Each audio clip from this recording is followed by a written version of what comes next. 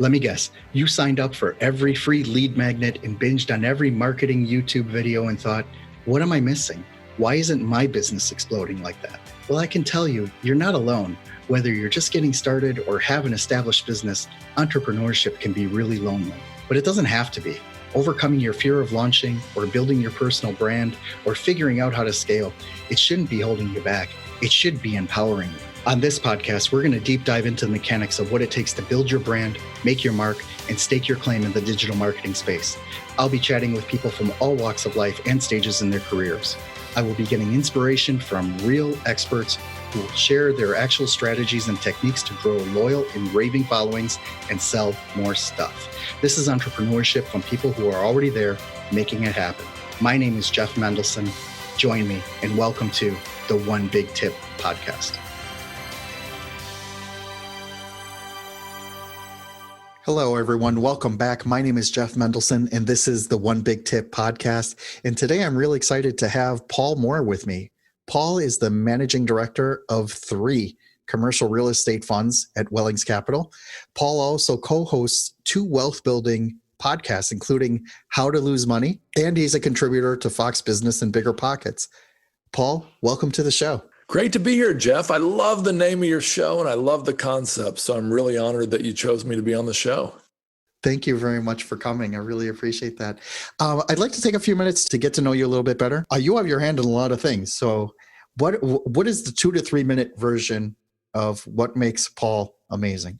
Yeah, so I sold my company to a publicly traded firm in 97. And in 98, I thought, I'm an investor now. But I actually became a professional speculator. I started chasing shiny objects, buying and investing in all kinds of things I didn't know anything about. And then I got focused on real estate and I started doing single family flips. Then I started doing high-end waterfront lots at Smith Mountain Lake in Virginia, and then built some homes. You know, I don't know what you think, Jeff, but I don't think somebody who doesn't know how to tighten their own doorknob should build a house, actually. But that didn't stop me. Okay. I built a number of homes, some successful, some not so much. And then I got into online marketing and realized that I could generate thousands of leads for realtors through Google AdWords, much later, Facebook ads, other types of online venues. So did that for years. Finally got into commercial real estate in 2011 after building a multifamily property and have been involved in commercial real estate ever since. That is really cool. So when you talk about the differences between speculating and investing, that's actually part of your one big tip, right? Because you don't want people to go in and just speculate with their money. You want people to actually invest with their money. Can you talk a little bit about the differences between the two and why the investment part is so much more important than the speculating? Yeah. So I would say, Jeff, that in my definition, true wealth, it may be shown off by a jet or a limousine or a mansion, but true wealth is having assets that produce income. Warren Buffett said, if you don't learn to make money while you sleep, you'll work until you die. And, he has assets that produce income, and that's what I want. So given that definition of true wealth, the question is, how do you get there? Do you do it by speculating or investing? So I would say investing is putting money into something where your principal is generally safe and you've got a chance to make an income stream from it. And speculating is when your principal is not at all safe and you've got a chance for appreciation and income. And there's nothing wrong with speculating. Some of the most famous people in the world speculated to get where they are. But if you want to make true wealth that lasts for a generation or hopefully many generations, you're probably going to want to focus your time and effort on investing. This is where Warren Buffett has done so well. A lot of people who've speculated in stocks and bonds and other types of investments, 93% of them, last I checked, who were actively trading these things day in and day out, month in and month out, were losing money in the long run. Yet Warren Buffett was asked by Zuckerberg from Facebook asked Warren Buffett, why doesn't everybody just follow what you do? It's not that complicated. And Warren Buffett laughed and said, oh, no. Nobody wants to get rich that slowly. Imagine that, right? Because he is definitely, well, they call him the Oracle of Omaha, right? So he definitely takes the slow road, but a lot of his investments, he really looks at the numbers and how they produce.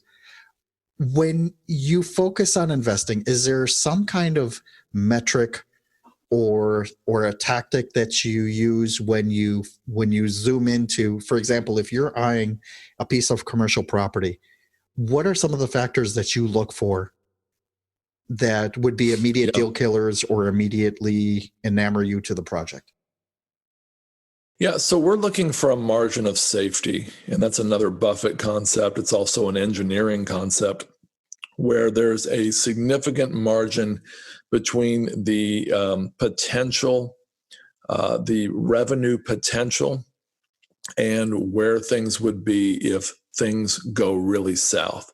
And so we're looking to buy assets from mom and pop operators that could actually be repositioned to be professionally run. And here's an example.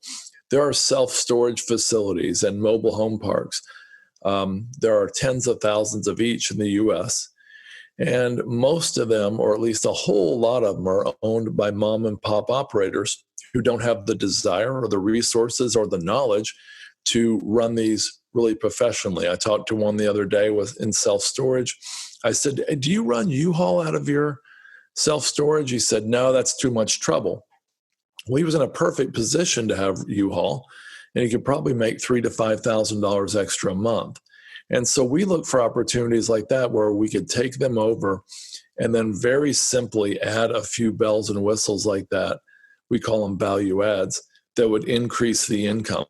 And the crazy thing, Jeff, is in commercial real estate, any amount of income you add adds significantly to the bottom line, to the tune of typically about 15 to 1. So if I can add $1 of monthly income, that's $12 per year in monthly income.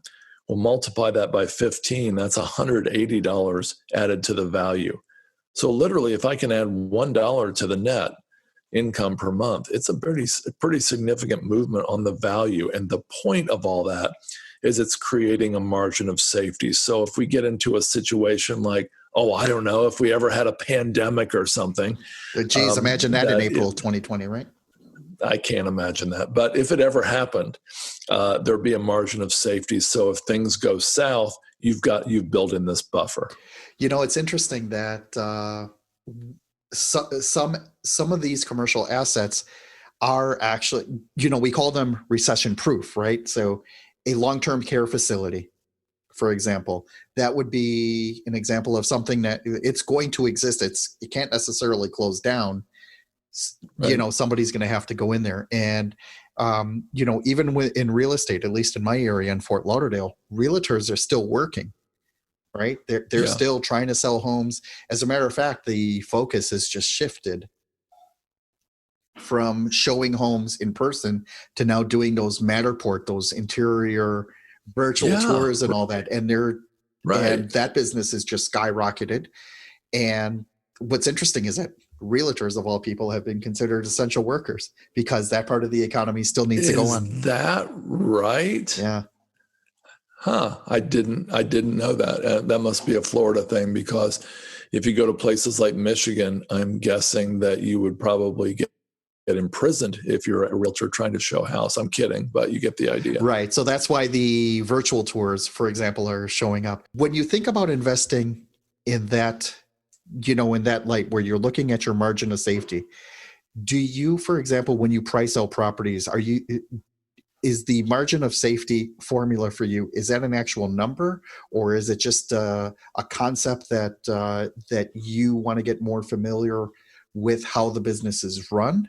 How does that margin of safety factor work into your equation? I'd love to say it is a number or some specific tool I could, but it's really more of a concept.